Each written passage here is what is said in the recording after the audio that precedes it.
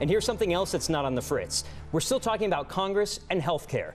I wouldn't blame you if you thought the conversation was done for a while after 3 failed votes in the Senate and President Trump's tweet, "Let Obamacare implode, then deal." But the conversation's not over. It will continue, at least for the next 8 minutes. Later, you'll hear from Congresswoman Diana DeGette. Right now, we have Congressman Mike Coffman, who last week held yet another in-person town hall. Congratulations for that, Congressman. Let's go to the Senate's 3 failed votes right now. Were any of those bills viable to you?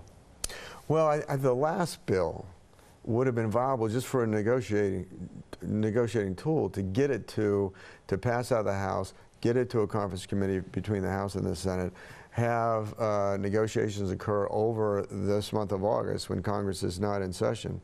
That would have been the purpose of doing it. And I was disappointed that vote did not, that bill did not pass the House, just for purposes of having a tool, having a mechanism to negotiate. If you got a skinny repeal from the Senate, are you yes or no? Well, I would be a no vote if it was going to go to the President's desk. But if it was for purposes of going to conference committee for further discussions, knowing that that would never be the final outcome, I would be for that. What about a straight repeal? Well, I think that what my concern on a straight repeal, if you said, okay, we're going to repeal, and the date certain for the repeal was long enough out, where it wouldn't disrupt the markets, and it gave Congress adequate time, I think that would be appropriate. Are you willing to say that you were part of legislation that helped save parts of Obamacare? In the long run, we have to replace Obamacare. In the short run, I think that one of the fallacies is you could do it all in one swoop.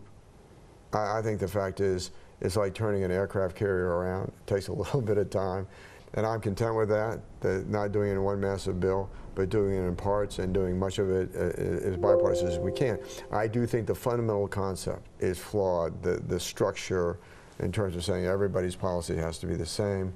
We ought to force people to buy health insurance, a product that they may not want to buy, that there's so many loopholes in it that allows people to evade buying coverage and getting it only when they need it. The entire structure, in my view, does not work. Have you talked with Senator Cory Gardner about health care at all in this process? I have.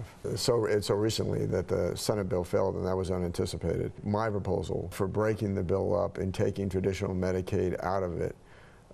So I talked to him about that proposal. As with the Speaker of the House, and I sent it in writing to Majority Leader Mitch McConnell to say that I think the approach we've got is wrong. We need to take a different approach, and of course the health insurance part I stated could be done in a bipartisan way. What advice can you give Senator Gardner about holding an in-person town hall?